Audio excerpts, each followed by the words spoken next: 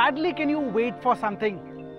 18 months ago, Volkswagen India showcased the Taigun concept at the 2020 Auto Expo. And all this while the buzz was real high on social media and news platforms.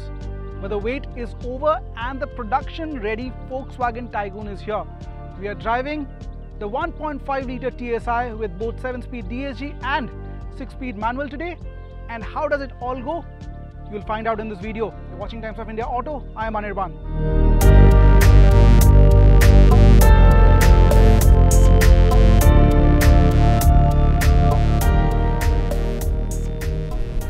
So before even I start telling you about the drive experience, I must clear out one thing.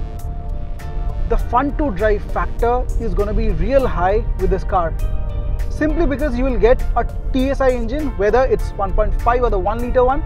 There is no MPI, the naturally aspirated ones you get in Polo and Vento, which means the 1.5 will be either paired with a 6-speed manual or a 7-speed DSG. We tried both the gearbox options today and here is what I feel. I'd start with the 6-speed manual. Now you know this 1.5 litre turbo petrol engine is an imported unit and not made here. This engine is supremely refined, but its real punch lies all the way from 1700 RPM sharp up to 3,800 RPM, which means you have a solid, well spread out torque band. Whether you are in the cities or on the highways, overtakes will be a brisk, acceleration would be lightning quick, and also the fun to drive factor will really be on the top of your head. Now with the DSG gearbox, Volkswagen claims a 0 to 100 kmph in 9.1 seconds.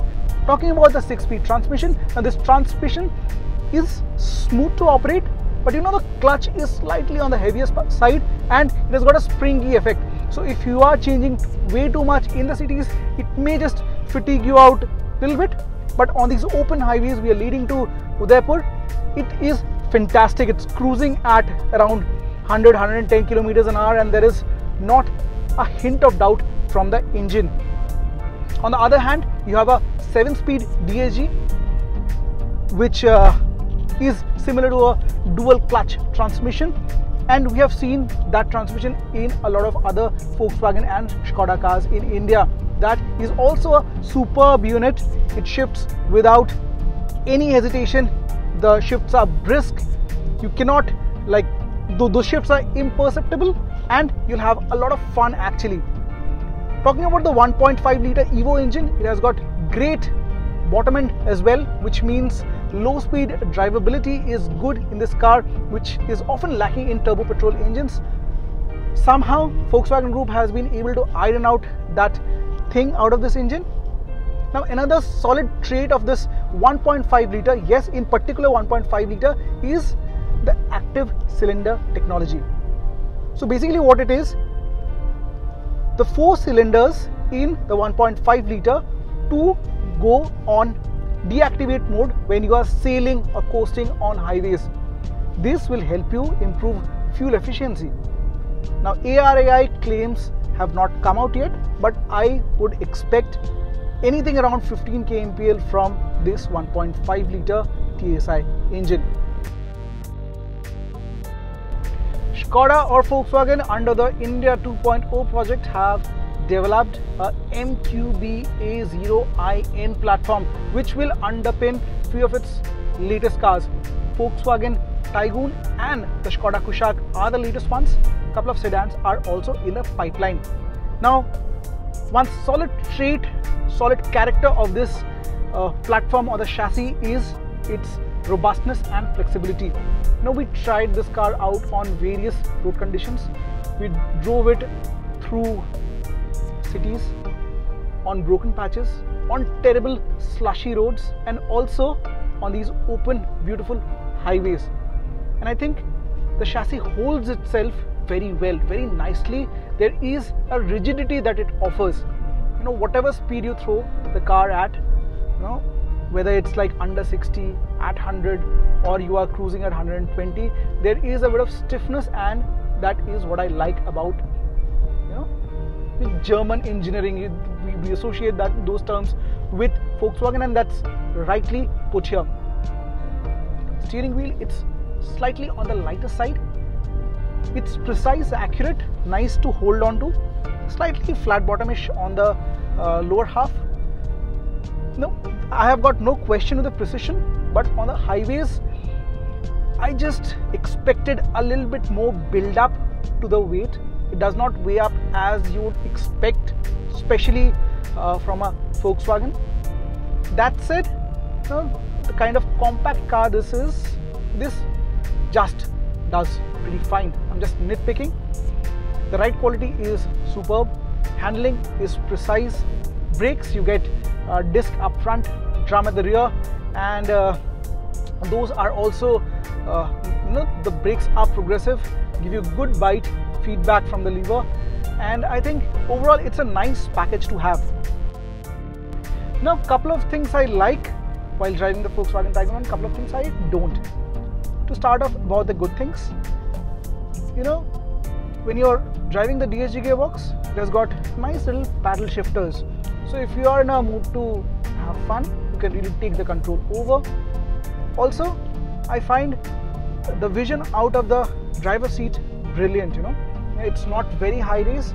At the same time, the glasswork is appropriate. Light intake is nice, sufficient. Also, the outside rear view mirrors are decently sized. And with a DSG gearbox, you get a electrochromatic inside rear view mirror, and you have a manual one for the manual transmission.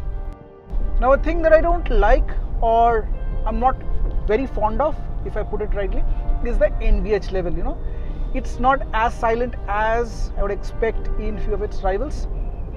The NVH noise, vibration and harshness could have been controlled a little bit better. There is a bit of outside noise creeping inside the cabin, but again, if you're playing songs, if you are engaged in a chit chat, that will not disturb you.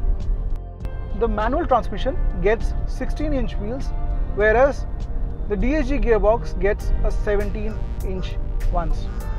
Now, I don't get the logic behind it. Probably to differentiate that DSG will be the premium trim out of the two.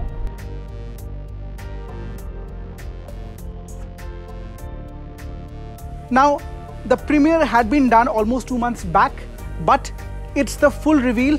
We have two trim lines, both are GT models. On my left is the DSG gearbox, and on my right is the manual transmission. Now, this is positioned as the most premium outfit of the entire hierarchy. This one sits slightly below. If you look at the big design elements, they remain the same. For example, if you take a closer look, the grille is similar, but you have 2 chrome lines, and on that you have 3 chrome lines. A GT badge right in the middle, and there are 3 chrome slabs. Headlight unit out here is full LEDs. Also, there is abundance of chrome on the bumper. Skid plate is completely grey. There's a mesh structure that runs right in the middle.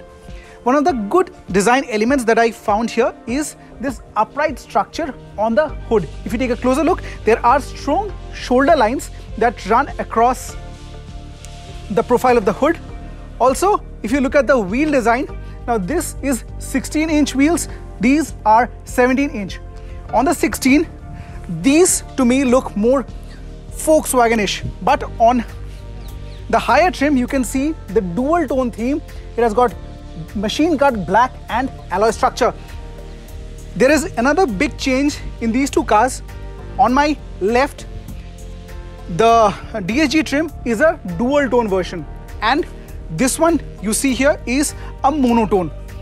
Those were important highlights. Now, if you take a look at the rear profile of this car, something Volkswagen calls as infinity lights, and these look really nice at night. You can see a connecting light strip that joins the entire length of the tailgate.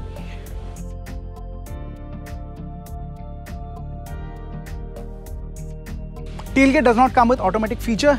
It gives you around 380 liters of boot space, slightly lower than few of subcompact SUVs as well. There's a Taigun badging, Volkswagen logo, little bit of chrome here and there, and also there is skid plate right at the bottom and a chrome applique in the bumper. Overall, the design of largely the design of the Volkswagen Taigun really looks handsome. It's compact. The tailgate section is slightly stubby, upright, and overall I like it because, you know, it reminds me of other Volkswagen cars. Also, the build quality is appreciable, well put together. I think closer to the date of reveal, we can understand more about trim lines, how Volkswagen is devising the strategy for giving features in different trims, what GT gets, what the 1 liter trims get.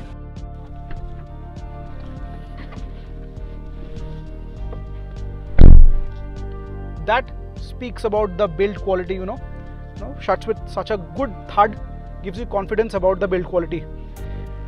But before I go on describing the interiors, I must tell you, just like our exteriors, even the interiors have few features here and there. You get a few in DSG, few in manual transmission.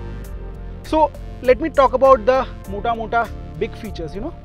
Space, I think it's nicely curved out. You can see it has got nice cushioning, which means you can fit yourself nicely.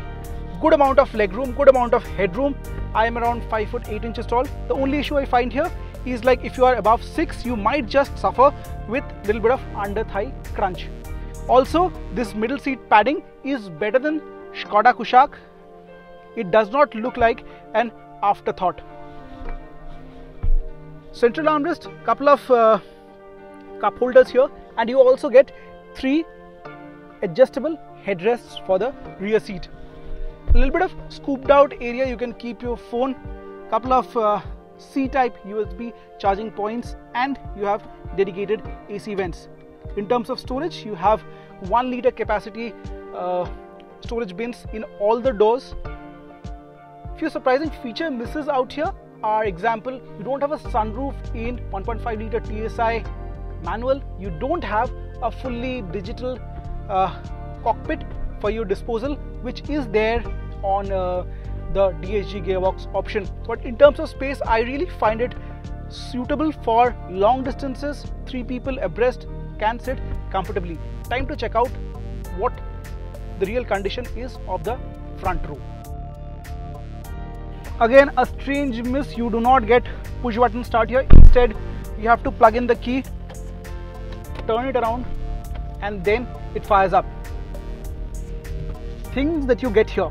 First and foremost, you really don't require cables here because it gets wireless charging, wireless connectivity suite, which means you have both Apple CarPlay, Android Auto wirelessly connected with your Volkswagen Taigun.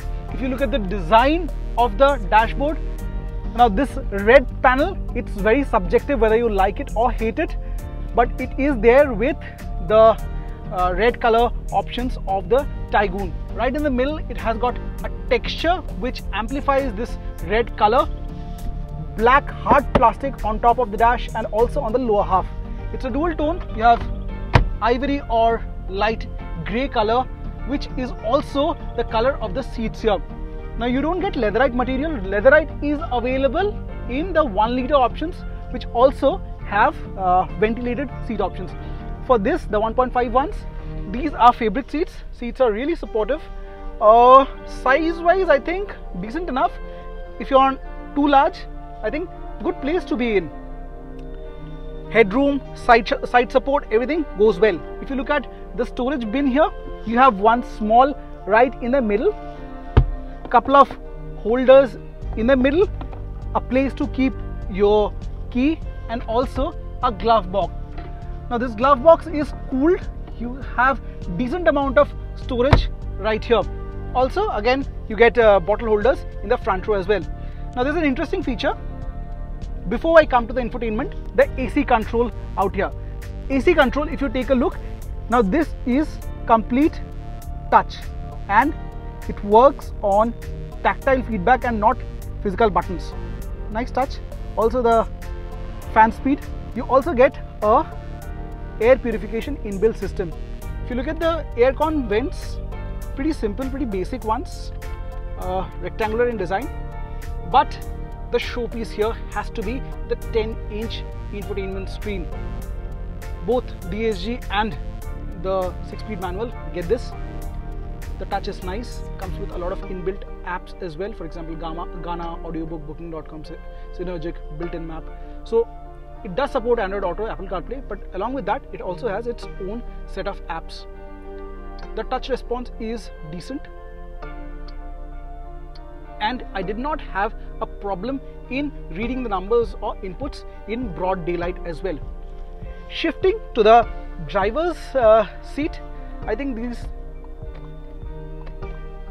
ticks have got good build quality. The buttons are nice, they have been well put together. Also there's a fabric material wrapping the steering wheel which gives it a nice effect. Also there's a nice mesh like structure on top of the horn which also increases the overall feel. Now the driver's display, you have got two types. In the DSG you have full digital, in the manual you have classic old school double dial system with crisp digits. On your right is the speed, on your left is the tacho, and a small trip computer in the middle which gives you multiple information. So that's roundabout of the cabin. I won't say it's fully loaded to the gills, but it's decently packed and it looks cohesive. It comes together as one handsomely.